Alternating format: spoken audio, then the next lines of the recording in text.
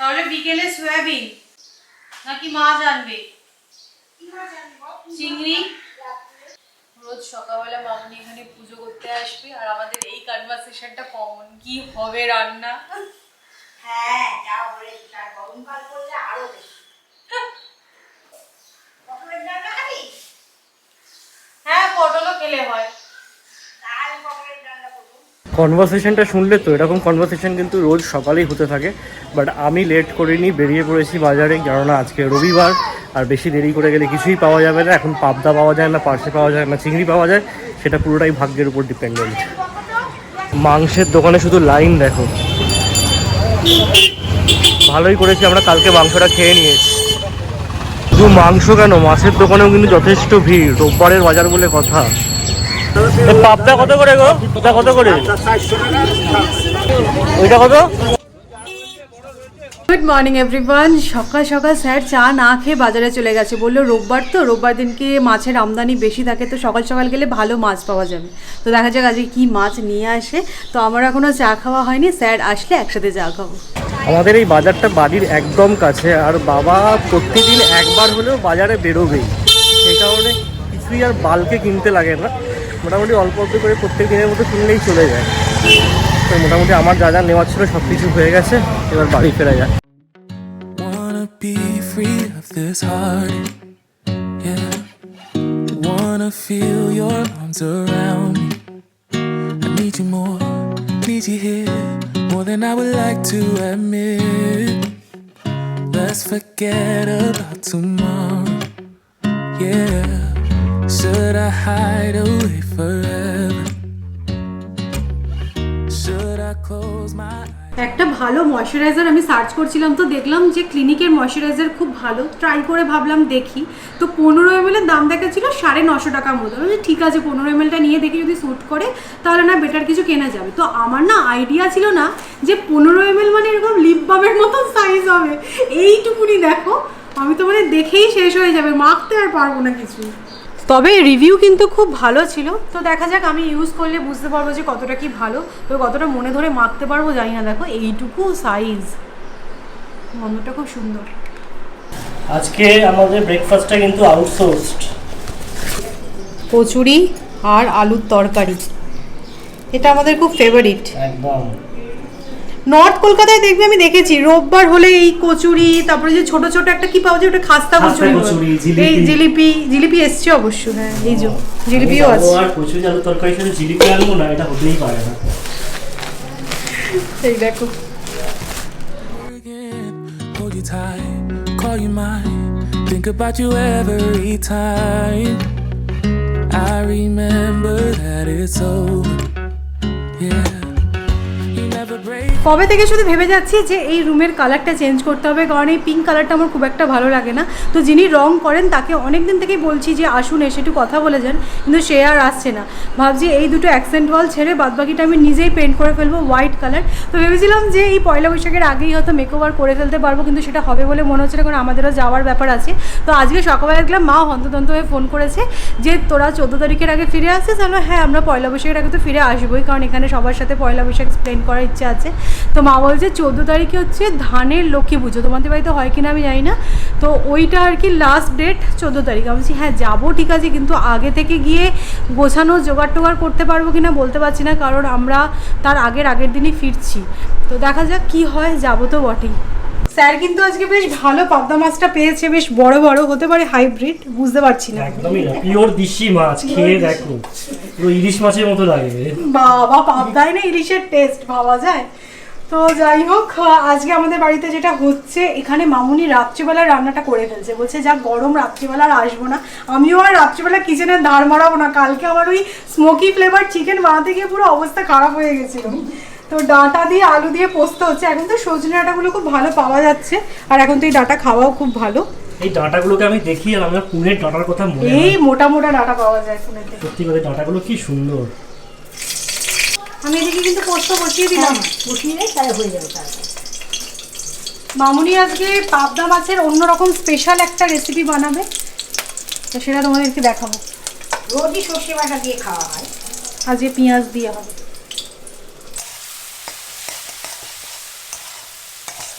আলুটা ভাজার পর মশলা দিয়ে পোস্তটা নাড়াচাড়া করার পরে কিন্তু ডাঁটাটা অ্যাড করতে হবে। ডাঁটা যদি বেশি ফ্রাই করে ফেলো না তাহলে ডাঁটা একদম শক্ত হয়ে যাবে, খেতে ভালো লাগবে না। এবার নাড়াচাড়া করে নিয়ে একটু জল অ্যাড করে চাপা দিয়ে রেখে দেবো যাতে ডাঁটা আলুগুলো সেদ্ধ হয়ে যায়। আর লাস্টে নামানোর আগে কিন্তু একটুখানি কাঁচা সর্ষের তেল অ্যাড করবে।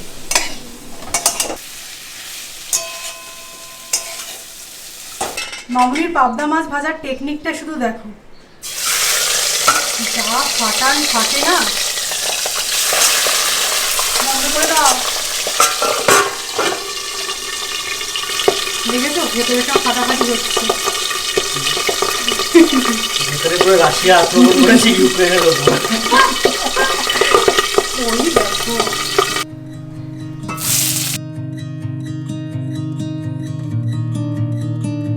আলু আর মাছ কিন্তু ভেজে তুলে রাখা হয়েছে। এখানে পেঁয়াজ ভাজা চলছে, পেঁয়াজের মধ্যে অ্যাড করে দেওয়া হচ্ছে আদা রসুনের পেস্ট। পেঁয়াজ ভাজা হয়ে গেলে ড্রাই স্পাইসের শুধু অ্যাড হবে হলুদ গুঁড়ো আর লঙ্কা গুঁড়ো, আর কালারের জন্য কাশ্মীরি রেড চিলি পাউডার। মশলা কষা হয়ে গেলে অ্যাড করে দেওয়া হচ্ছে স্বাদ মতো নুন, আর একই সাথে ভেজে রাখা আলুগুলো অ্যাড করে দিয়ে একটু নাড়াচাড়া করে নিতে হবে। এবার দেখো বেশ খানিকটা কোয়ান্টিটিতে দেশি টমেটো অ্যাড করে দেওয়া হচ্ছে, টমেটোর জন্য বেশি ঘেটে না যায়, তাই তো? মামুনি ইনস্ট্রাকশন দিয়ে এখন হাওয়া খাচ্ছে জানলায়। এবার একটু নাড়াচাড়া করে জল দিয়ে চাপা দিতে হবে। আলুটা মোটামুটি সেদ্ধ হয়ে গেলে কিন্তু পাবদা মাছ অ্যাড করতে হবে, তা না হলে পাবদা মাছ নরম মাছ তো মানে ভেঙে যাবে।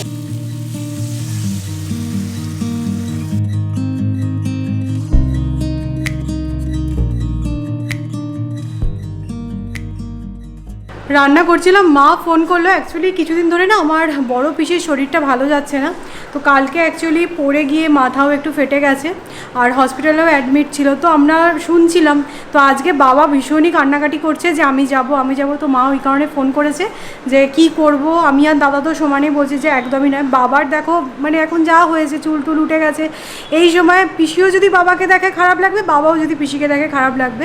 আর হয় না ভাই বোনের মধ্যে, মানে আমার এই বড় পিসির সাথে আমার বাবার খুব ভালো আর কি আন্ডারস্ট্যান্ডিং। তো পিসি জানেও না ইনফ্যাক্ট যে বাবার কি হয়েছে, মানে পিসিকে বলা হয়নি। তো ভাবছি খেয়ে দিয়ে উঠে আমি আর সৌরভ একটুখানি দেখা করে আসি। মামুনিও বলছে, আর মাকে বললাম যে তুমি চিন্তা করো না, তোমাকেও যেতে হবে না, কারণ বাবাকে ছেড়ে মার পক্ষেও এখন যাওয়া পসিবল নয়। মায়েরও পায়ের এই অবস্থা, 3 তলায় উঠতে হবে, তাহলে তোমাকে যেতে হবে না, আমি আর সৌরভ গিয়ে দেখা করে আসি। তো এখন ভাবছি বেরিয়ে একটু কিছু কিনে নিয়ে আসি, কারণ এটা সাডেন প্ল্যান হয়েছে। তো বেরিয়ে একটুখানি কিছু কিনে নিয়ে আসি, তারপরে স্নান টান সারবো। তো দেখো বেরিয়েছিলাম, একটুখানি ফল নিয়ে নিলাম, আর 2জন খুদের সদস্য আছে তাদের জন্য চকলেট নিলাম, আর যাওয়ার সময় ভাবছি মিষ্টি নিয়ে নেবো। তো কেনাকাটা সব হয়ে গেছে, বাড়ি গিয়ে স্নান সারবো। আজকে বাইরে বিভৎস গরম। আমি কি করেছি বলো তো, ছাতা না নিয়ে বেরিয়ে গেছি। আমি দেখছি অড ওয়ান আউট আমি হয়ে গেছি, কারণ প্রত্যেকের হাতে ছাতা, আমি ছাতা না নিয়ে একদম স্মার্টলি বেরিয়ে গেছি। তো আমি আর সৌরভ ডিসাইড কি করেছিলাম বলো তো, যে খেয়ে দিয়ে এই 3টে সাড়ে 3 নাগাদ বেরোবো, তাহলে 4টে সাড়ে 4টে নাগাদ পৌঁছে যাবো। তো আমার পিসির বাড়ি হচ্ছে হাওড়া বেলেপোল, মানে আমি খুব একটা হাওড়ার কিছু চিনি না, আমি বেলেপোল শুনে এসেছি, তো তাই জন্য আমাদেরকে বলতে পারলাম। তো গুগল ম্যাপই আমাদের ভরসা। কিন্তু মা ফোন করে বললো যে দিদি আসবে, বৌদিরাও আসবে, তো একটু যদি লেট করে যাস তাহলে সবার সাথে দেখা হয়ে যাবে। তো সেটাই এখন ডিসাইড করলাম যে খেয়ে দিয়ে আমরাও একটু রেস্ট নিয়ে তারপরে বেরোবো।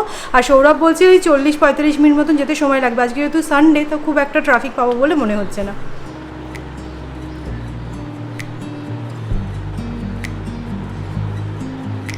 সো আমরা বেরিয়ে পড়েছি, লাঞ্চ করে একটু রেস্ট নিয়ে 4:30 নাগাদ বেরোলাম।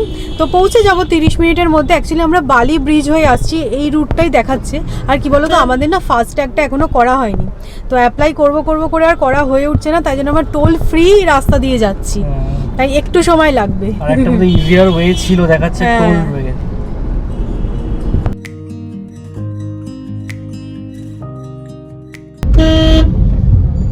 আমরা সত্যি বুঝতে পারছি না কোথায় ঢুকে গেছি। এটা পুরো একটা না হাট টাইপের, বুঝলি তো, রোববারের একটা হাট বলেই মনে হচ্ছে। সৌরভের পুরো গালে হাত, বলছে ভরা চৈত্র সেলের মার্কেট। তার মধ্যে একটা জিনিস নোটিস করছো, প্রচুর টোটো এখানে লাইন দিয়ে। সত্যি মানুষের থেকে টোটো বেশি। আমরা কিন্তু পুরো কেস খেয়ে গেছি সৌরভ।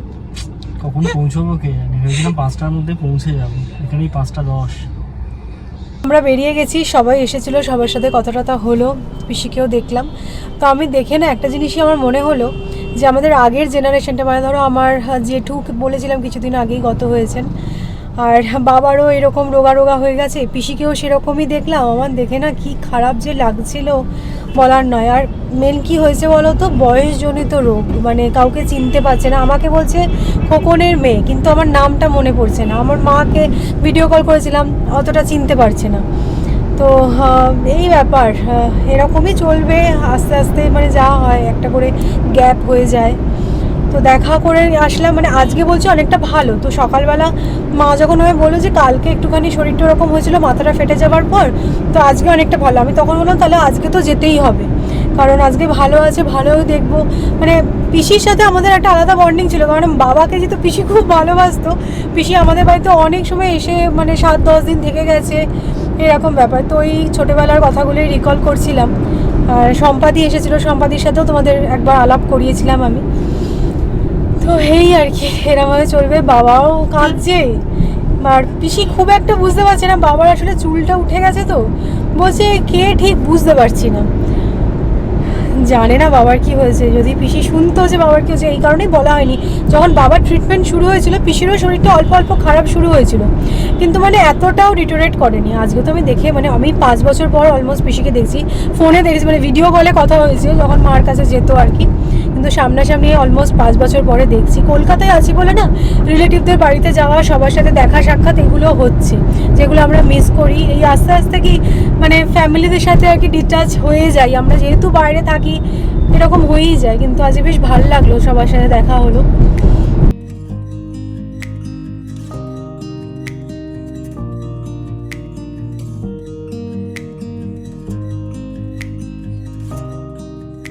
এখন বেজে গেছে 9:30, আর বেশ খানিকক্ষণ আগেই আমরা বাড়ি ফিরে গেছি। বাট সৌমি এখন আর ঠিক ব্লগিংয়ের মুডে নেই। অ্যাকচুয়ালি কী বলো তো, আমরা বেশ কিছুদিন ধরে শুনছিলাম যে পিসির শরীর খারাপ, আজ এটা কাল সেটা, বয়স হলে যা হয় আর কি। বাট আজকে সামনে থেকে দেখার পর সৌমি একটু ব্রেকডাউন করে গেছে, কিছু করার নেই। সেটাই খালি আমাকে বলছে ওই পুরোনো দিনের কথাগুলো, যে পিসি কতটা ক্লোজ ছিল ওদের। যাই হোক, আমি বিয়ের পরেই প্রথম দেখলাম পিসিকে, আর ফার্স্ট দেখাটাই যে খুব একটা সুখকর হলো সেরকমটা নয়। খালি আমাকে বলছে মানে জামাই এসছে, সবাইকে বলছে জামাই এসছে, কিছু খেতে দাও, কিছু খেতে দাও। মানে এই কথাগুলো শুনে একটু ইমোশনাল লাগে আর কি। বাট ঠিক আছে, কিছু করার নেই। তো যাই হোক, আজকে ব্লগটাকে আমি এখানে এন্ড করে দিচ্ছি। সৌমি আর ক্যামেরার সামনে আসতে চাইছিলেন, and we should respect her privacy. কালকে আবার ফ্রেশ মাইন্ডে আবার একটা নতুন ব্লগে তোমাদের সাথে দেখা হবে। ততক্ষণের জন্য টাটা, গুড নাইট।